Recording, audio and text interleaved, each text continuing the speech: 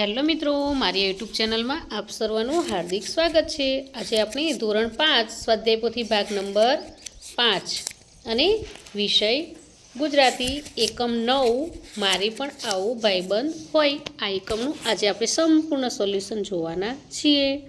અહીં પ્રશ્ન 1 છે, પાઠના આધારે શબ્દ સામે સાચા શબ્દો લખો। તો આપણે અહીં આ બોક્સમાં શબ્દો આપેલા છે એમાંથી શબ્દો શોધીને લખવાના છે। ભયંકર અવાજ તો બરાડા કર્કશ અવાજ, વિકરાળ તો ડરામણું ભયાનક, પરિશ્રમ તો મહેનત ઉદ્યમ, વિનોદ તો મોજ આનંદ, વીરા અનુજ તો ભાઈ। પ્રશ્ન 2, આપેલા વાક્યોમાં લીટી દોરેલા શબ્દની જગ્યાએ બીજો શબ્દ લખો। ભાઈ તો અનુજ, કિનારે તો કાંઠે, મકાન તો ઘર, સૂર્ય તો સૂરજ, ડર તો ભય।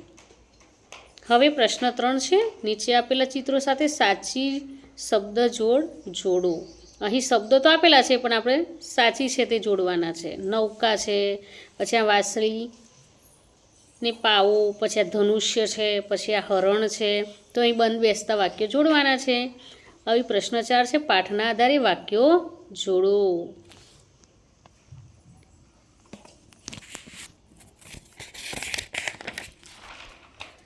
અહીં ભાતના ફળો ટોપલીઓ ભરી લઈશું, તો તડકામાં ઝાડ નીચે જઈ લલકારી ગાઈશું, ઋષિ મુનિઓ પાસેથી જૂની વાર્તા સાંભળીશું, નાનો ભાઈ કાપશે સુપર્ણખાનું નાક। અહીં પ્રશ્ન 5 છે, પાઠના આધારે વાક્યો લખો। તો અહીં ઉદાહરણ તરીકે ટોણો મારવો, તો સીતાજીએ હસીને ટોણો માર્યો, એ રીતે બધું કામ જાતે કરવું, ટૂંકો જવાબ આપવો, હુમલો કરવો, રૂપ બદલવું, અદૃશ્ય થઈ જવું। આના સામે આપણે પાઠના આધારે વાક્યો લખવાના છે। અહીં પ્રશ્ન 6 છે, આપેલા ચોરસમાં ગુણો લક્ષણો શોધી લખો। તો અહીં ધૈર્ય, પરાક્રમ, કેળવણી, સત્કાર, પરિશ્રમ, વિનોદ, મક્કમતા, નિરીક્ષણ, નવાઈ અને જીદ। હવે આગળ પ્રશ્ન 7 છે, પાઠના પાત્રો ઓળખો। તો શૂર્પણખા તો અજાણી સ્ત્રી, રાવણ લંકાપતિ, પછી દશરથ તો ચક્રવર્તી રાજા, રામ તો એક પત્ની વ્રતધારી, લક્ષ્મણ તો તલવારધારી યુવક,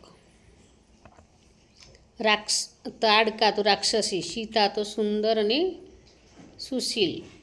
હવે પ્રશ્ન 8 છે, પાઠના આધારે સાચો ઘટનાક્રમ લખો।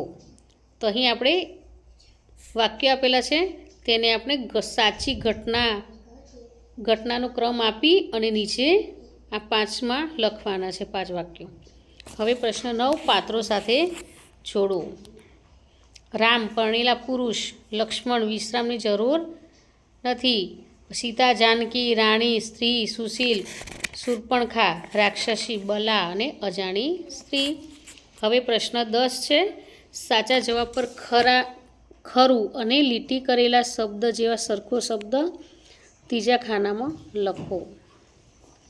જીદ તો હઠ આવશે, વિનોદ તો રમૂજ, બાણ તો સર, લક્ષ્મણ તો સેવક। હવે પ્રશ્ન 11 છે, પ્રશ્નોના જવાબ લખો। તો અહીં 6 પ્રશ્નો આપેલા છે,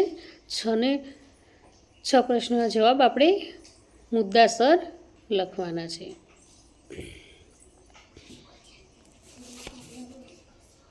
પછી હવે પ્રશ્ન 12, આપેલા સંવાદોમાં લીટી કરેલ શબ્દના બદલે બીજો શબ્દ લખી વાક્ય ફરીથી લખો।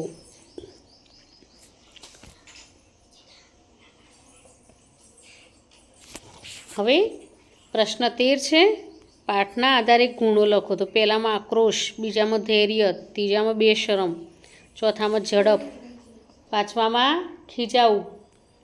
તો મિત્રો, અહીં આ એકમનો વિડીયો પૂરો થાય છે।